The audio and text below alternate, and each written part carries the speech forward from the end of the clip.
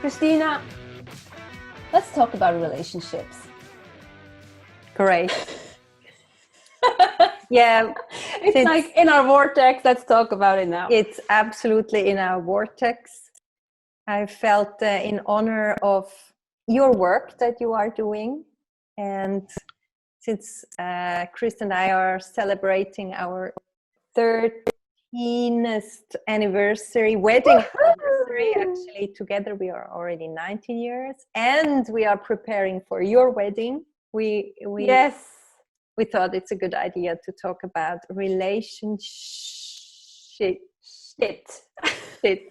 And I really loved your last name of the business, Relationship, because really the place to grow and evolve and heal the wounds is really in an intimate relationship, because all your shit comes up, all the shit, 100%. All the wounds come up, and it's something that we all go through, I guess, over and over and over again, and it's a lot of work. It is a lot of self-work, right? A lot of discovering, molding, like exploring. Oh yes. Relationships are amazing, an amazing thing. Like, I love relationships, obviously. This is why I love this work so much. And it's true, it's like, congratulations first for your 13th anniversary. This is amazing. Like, you married on the 7th. Yes. Because like 7 is your lucky number. 7 is really my lucky number. I know. And when he asked me, it was like March, and we looked into the calendar. Wow. And we realized that 777 is a Saturday. It like the whole day, like everything was kind of just prepared for us. You know, the whole story, the place we found, it was only 3 months to prepare, but everything that we needed for this perfect day was set up to be found by us. And this is amazing. The only way we could organize it so quickly, and it was a huge wedding with 100 guests and in a location where probably it was booked out the next 5 years. And especially just on this day, it was free. The church was free. It was amazing. That's amazing. Yeah. 3 months, you said. It's crazy. Yeah. Crazy. We had 2 years. With us, everything is 2. With us, everything is 2. We like 2 and 8, because he proposed on the 8th of December 2018, and we're married now on the 22nd of August 2020 at 2:00. Everything was with 2s. And actually, 2020 is like 22nd of August is also some kind of our 5th anniversary of being together. So it's a very special day for us too. But so it was kind of obvious that everything was free, like 2 years before you get to marry. Yeah. It's good to have like a special date that everything has a meaning, and everything has its energy. And coming back to the relationship part, because you know we all dream of the fairy tale, and behind it it's a lot of work. And let's just demystify a little bit this fairy tale image. To share more about what relationships are really about. I saw the struggle. I know the struggle when we were up, because our business name was Love Relationship, as you were referring to. Yeah. And when it was Love Relationship, I could not say once Love Relationship because I was constantly shitting the ship. Because it was just so ingrained in me. Yes. So I know the struggle. Yeah, the fairy tale relationships, right? Like what Hollywood or the fairy tales tell us. Yeah. And I think we all have been colored in some way or the other by these kind of stories that we have seen in the movies or have read. And it's also good.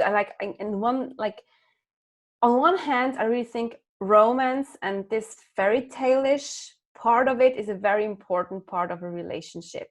But the thing is, it's not how it is constantly. That's the part. And that's what most people think when we kind of fall out of this cloud, seventh cloud of where everything is pink and perfect, and the honeymoon rainbows and state, unicorns. yeah. Exactly, the honeymoon state where the hormones are high, and like we just love just is there, and they don't have to do anything. You just love them unconditionally. And then you come out of this, and this is when all of a sudden we think, oh my goodness, is he really the right person? Oh my goodness, all these triggers. Oh my goodness, oh my, he hurts me so much. And this is the state that is like kind of the power games get played, where we feel like, oh my goodness, he's such a bad person, or you know, like all these triggers are happening. And this is when we all of a sudden start to feel everything but that he's like our Prince Charming, because he's just a prince asshole or king asshole that is just kind of ruining our lives. And this is actually where the interesting parts of a relationship starts, because this is where we get to discover our own wounds, our own fears, our own patterns in relationships. And the thing is this, when I was single, you know, you knew me back then very well when I was single, and I thought like, you know, I have my shit together, you know, I have worked through everything now. Yes. You know, I'm kind of close to enlightened or something. Sure, we all were, right? No, but and then I met Boss, and then I figured out I wasn't that enlightened after all. But this is because when you're single, these triggers, you know, you can do a lot of work when you're single, and that's amazing and it's important. But there are just certain parts that can only get pricked by somebody you love in this intimate way, like a partner. And this is why relationships are this amazing booster of self-development, when we let it be that, when we take over the responsibility for our own hurt, for our own pain, for the patterns, the things, and we don't finger point constantly, oh, he's causing me this or she's causing me this. And we really can say, okay, what's happening here? Let's explore this. And this is why this work is so sacred to me. Absolutely. And it's so necessary because, you know, actually, I would say 99.9% of us human beings go into a relationship very unconsciously, even though we have done the work. But the thing is, from the moment we are in the womb of the mother until 6-8 years old, or even further into 14 years old, we're in a theta state consciousness. This means our brain waves are in a theta state, like a hypnotic state. You know, we can be in alpha, beta, delta state. And this state, everything that happens there with our parents or the environment, the teachers, is kind of hypnotizing our subconscious. So all the wounds that happen in there will be triggered by the future person who will be as intimate as it was with the mother, with the father, with the grandmother, whatever, whoever was there. And you know, very often we think of this, looking for this other half, the perfect other half who is complete, like is making us whole. And then suddenly, like you look at the other person, oh, you over there, you will complete me, and then I will feel whole only when you are in my life. And then you're together and you realize, oh, there's all that crap coming up. Where's this pain coming from? And it's actually just coming up from this moment, from 0 to, let's say, 6, 8, 10 years old. And it's the perfect opportunity to heal those wounds. And I mean, in an ideal, actually, this mechanism would be perfect if everyone would go into a relationship or marry or get children already perfectly healed and super conscious. Then this would be perfect, because then the child that comes in will get all this consciousness, love. But that's not how it is. That's not how it is. And so it's really important that we all first, like, we do the work before but also during a relationship, and that both sides are equally ready to heal together. And then it's going to be a beautiful relationship. And then also the child that gets thrown in will will continue benefits. this consciousness. Yeah, 100%. This is like how it would work in an ideal world. And of course, I mean, like, obviously my partner and I, we're like, this is why you always see Boss and Priska when you see when I'm talking, because normally we're working together. Yeah. So we're working together, and we're helping people getting amazing relationships, manifesting, like helping single women to get a relationship and helping people in a relationship. And still also within our like I hopped on this call before we hit the record button here. I was like, oh my God, I'm so pissed. You know, I was so triggered by something that happened this morning between my partner and I, between Boss and I. And it happens all the time. And the amazing thing is just to, like, in the beginning when the trigger happens, of course you get triggered, and of course you just shoot into your reptile brain and in this lower brain part where it's all about freeze, fight, and flight, or how they now newly found out also please. It's also a new method to react to these kind of triggers. And mostly I explode, I get angry, I get very angry, and it's okay that we have these reactions, just okay. And then we're realizing, okay, I'm angry, and why I'm actually angry. And then you see, oh, okay, this actually happened. And then you can communicate actually through your own pain, also to understand why is your partner, you know, in pain. And then to understand, oh, these are the dynamics that we're playing out. And for example, in our case today, it was all about, we have different love languages, right? And that he just doesn't speak, I don't speak his love language in a fluent way, nor does he mine, like, does he understand my love language in this particular thing.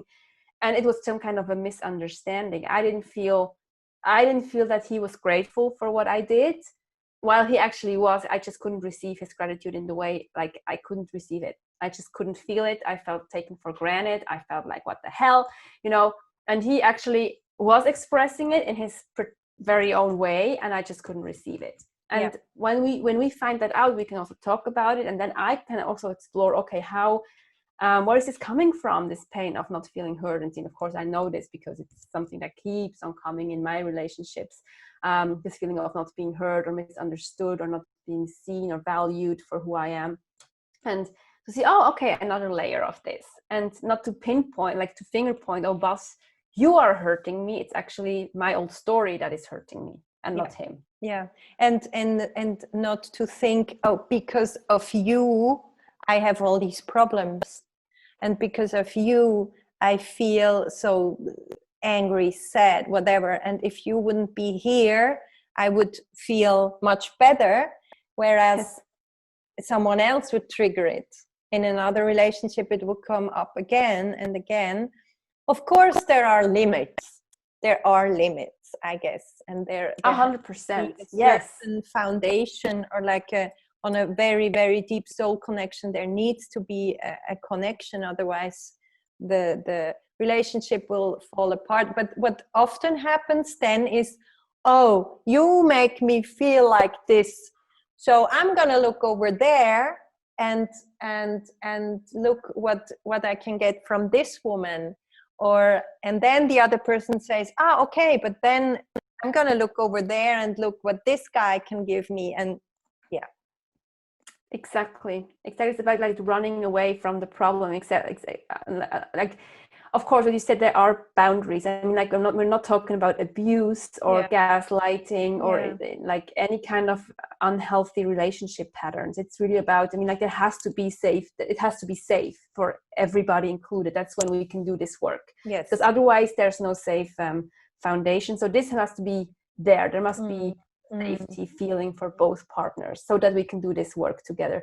But yes, what often happens that there's a trigger, what you said, and then we think, oh my goodness, this person is so toxic. I cannot handle this person. You know, I go to XYZ, I go to this dude there over there, and it feels good because in the beginning, again, it feels always good because you don't see the stuff yet. But you can get, like, if there's a pattern, there's a pattern, and then it will come and can over and over again. And we can see that when we look back into our relationships, mostly there's this little red thread. Yes. And we can see, okay, this came, like, and then we start to say, for example, all guys are XYZ. And we just, again, start like projecting our pain on a whole, you know, like gender, actually, to say, just to make ourselves feel better about something. And of course, certain men are XYZ. I don't say that this doesn't exist neither, but very often when there's this red thread, something happening constantly to you. Also, for example, like single women constantly attracting men that are emotionally unavailable or don't want to commit. Yep. This says, of course, something about these guys, but it also says something about you that keeps attracting these people. Like I was such a person, for example. I kept constantly attracting men who were not emotionally available. This was because I was not emotionally available, because I was actually afraid of real intimacy, of really showing up and really looking at my stuff. Yeah. So it's very, very, very true what you're saying. Yeah, and you can also even look apart from the intimate relationship with other relationships you have with friends or co-workers, colleagues, your children. What patterns keep triggering you? Like what really hurts you when someone says it to you? It's often you find the red thread also in other relationships.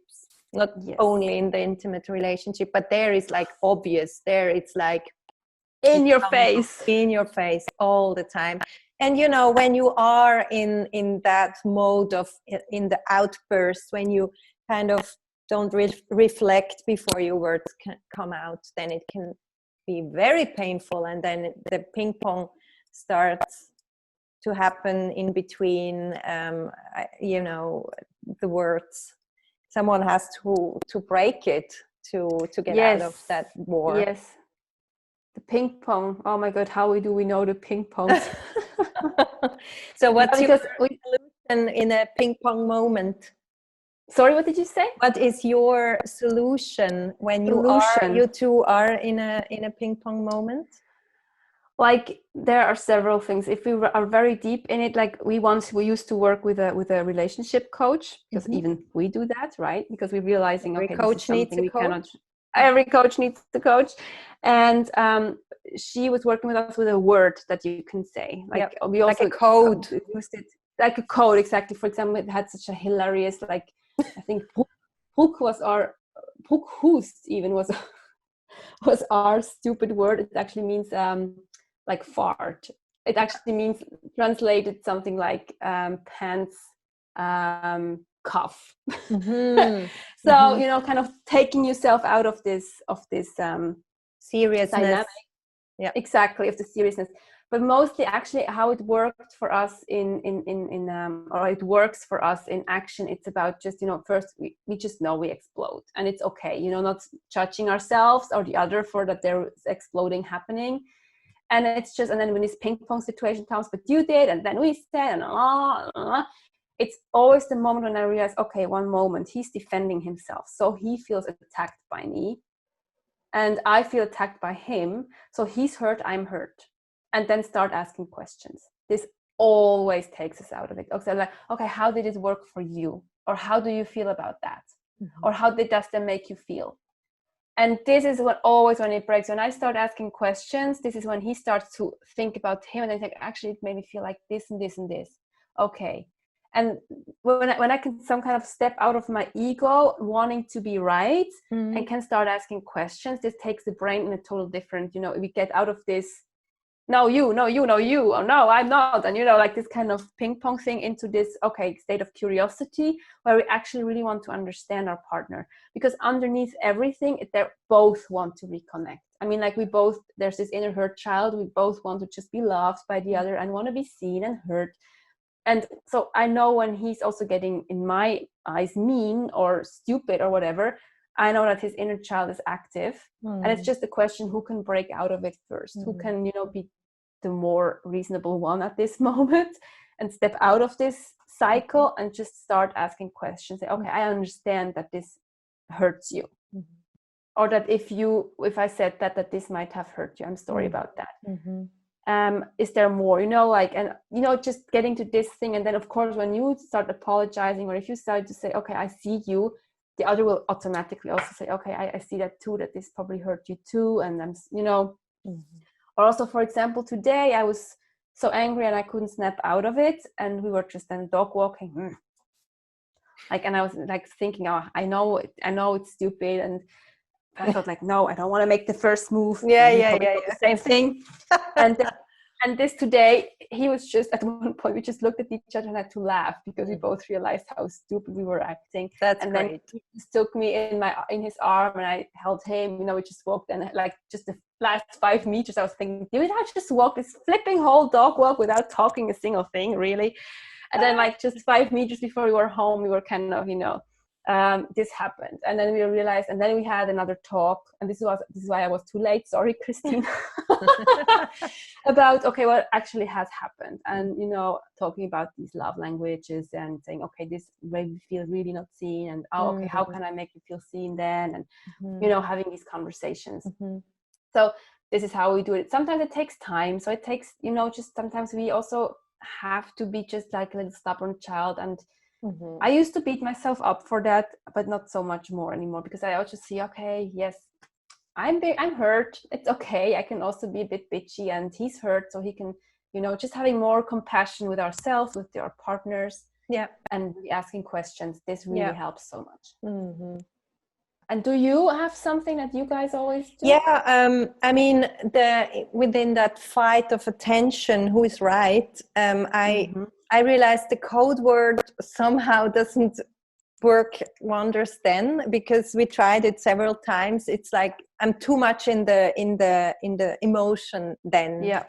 And often our dynamic is often that Chris is more like the impulsive, and his words are very fast and stingy sometimes. That's how I feel it.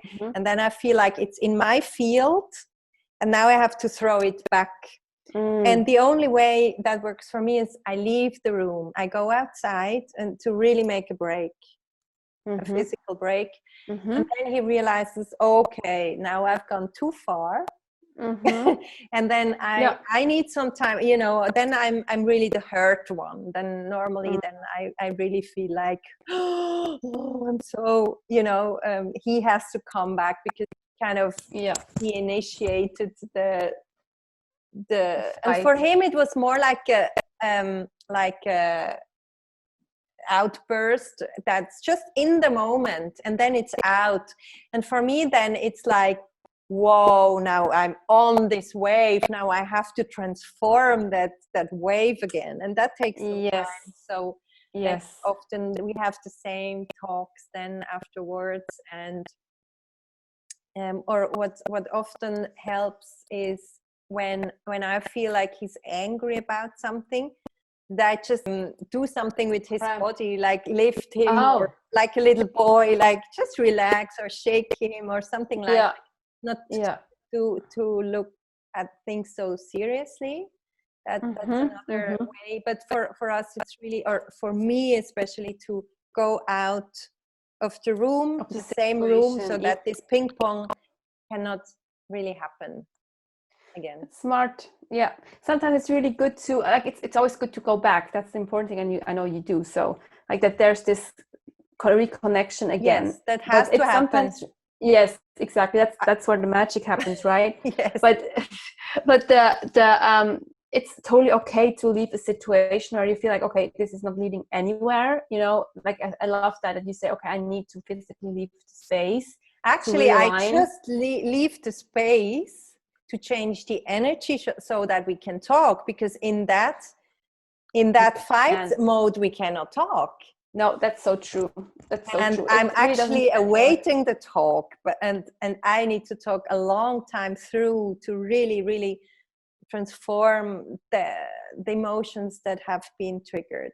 So yeah, same here. I'm also an emotional, verbal processor. I need to talk. Our boss doesn't need to talk at all. I could never not talk about it. The worst thing is, like, before he falls asleep, we have a discussion.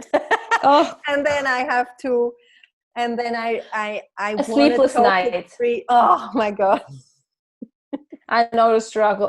And he can sleep like a baby then, and I will be awake like the fucking night. Yes. Like, and I'm stopping myself into sleep. Yeah, it's like, I'm so sad.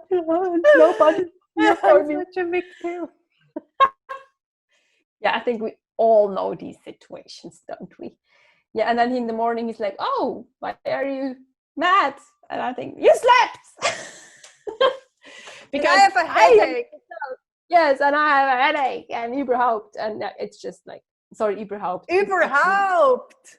Überhaupt. No, it's the funny thing. It's überhaupt is a word that you also use in Dutch. It's a German word that you use in Dutch. But sometimes I then take, because I think, oh, you can use it in Dutch. I also use it in English. That's perfect. And überhaupt. Überhaupt. Anyhow. Überhaupt is anyhow, toch? And would you translate it as anyhow? No, I would translate this and let me translate it. Yes. I want to know. You can share something funny. Something funny. Yeah, I once, instead of going out, I had to break a glass bowl to make the break. And even now, I still have those cracks in the wood. So I'm reminded of that every single day. And it was like a salad glass bowl, you know. Shit. And they're really big ones. Yes, and I had to put my anger somewhere and I just saw this glass bowl and had to throw it on the floor, and it was like thousands of pieces. And then he was cleaning the pieces like, you or he? He did. You. He did. He did. Okay. Because he felt, and after that, I felt like under total shock. I was like paralyzed. I couldn't move anymore. I was like, what did I do? I went so far. I didn't know myself anymore. And I kind of wanted to die in that moment. And then he had to clean up. Yeah. So these are like funny stories, like really. It's a funny story. We have also such a reminder that we need a new kitchen. Was once so angry with me that he punched into one of the kitchen cabinets. Just a glass. Fucking big. It's just not glass. Wood. And he was stronger than the wood. Wow. And then I remember this is actually also very beautiful, because then I needed to go. He was so hurt, and so because of course anger is always a secondary feeling. There's always pain, sadness under it. So I went there and I was like, babe, and I just put my hand on his heart, and like this whole anger just melted, and he was sobbing, and it was just actually I look at this and I fix it actually with this tape, because there's nothing else I could fix it with a heart. From the inside. I just put this, we just need anyhow, it's in your kitchen anyhow. But every time I see it, it actually reminds me of this beautiful moment where, the anger could go away and he could access his pain, and we had this beautiful conversation afterward. But so, yeah, like you have these cracks in the floor. We have a broken kitchen cabinet. We also have a child from one of those fights, actually. Oh, really? Yes. Yes. Yeah. That's an even better reminder, I think. But what was so interesting? When she was very little, every time we had a fight in bed, she woke up and started to cry, as if there was I don't know, as if she had this karma of bringing us together again, and this reconnection, and had to remind ourselves every time something like that happened. That's amazing. And makeup sex is perfect. It's so great. Überhaupt. Überhaupt. It translates at all. At all. Or anyhow, or in general, or anyway, or after all, or at all. Okay, so you were right. I was so right, man. Yeah, but it really depends how you in which sense you use it, I think. Like anyway, or anyhow, or after all, or at all. Yeah, it really can be anything. After all, yeah. After all. So, dear people who don't speak German or just only speak English, you can now use überhaupt. Überhaupt, it's like a universal word. Like a universal word you can go through with in Germany, in Dutchy land, and in the Netherlands, you can use that so people totally understand you. But I think the word über is very known in English from, you know, you always say like this Uber person, or the Uber, Ubermensch. Ubermensch. Yeah, exactly. Yeah. Like, yeah, we just watched sorry, we just are all over the place again. We just watched the Netflix series that I also talked about, Ubermensch, the sinner. Very good series. Okay. Yeah, I think that's a common Uber. Yeah. Or Uber, the cab. That's Uber, yeah, exactly. Yeah. Exactly. So yeah, is there something else you want to share today, love? Or is it it? Maybe before I think we talked about it, but it's probably a good reminder, like just a few techniques to do to that we could give you when you are in a situation where you just feel so hurt. One I can share is a good one I often do is like really put my hands on my heart, close my eyes and take deep breath, and then I just say, hello, Christina, and remind myself of who I am, because in that fight you are looking for that attention from the other person, the attention and the recognition and the of course you're right and I was wrong. Real talk. Yeah. Like just really go in and say, actually it's my stuff, and hello, Christina, here you are. Just bring the focus back to yourself. It's beautiful. Yeah, I love this. And look, it's all in the end, it's all about a pattern interrupt when you're in this, like in kind of conversations where you get hurt, because I mean, like your partner and you are together because you love each other, right? So it's also that we remind ourselves, okay, this person actually is on my side, and this is not some enemy that we have to fight, because we can forget that, because sometimes in these fights, our partners feel like our worst enemy, like they have all the bad intentions for us, they don't want to see us, they don't want to hear us, but this is only because they're defending their own inner child, they're defending their own, like they're acting from their own inner child. And we do too. So this reminding ourselves, okay, we're here actually because we love each other, and this person is on my side, you know, having this really as a basic and reminding ourselves of this. And then really this curiosity really works very, very well for me, like for us and for many of our clients, to really start asking questions. As a also pattern interrupt. For example, you can also, I remember Bas told me that once he used to be a teacher for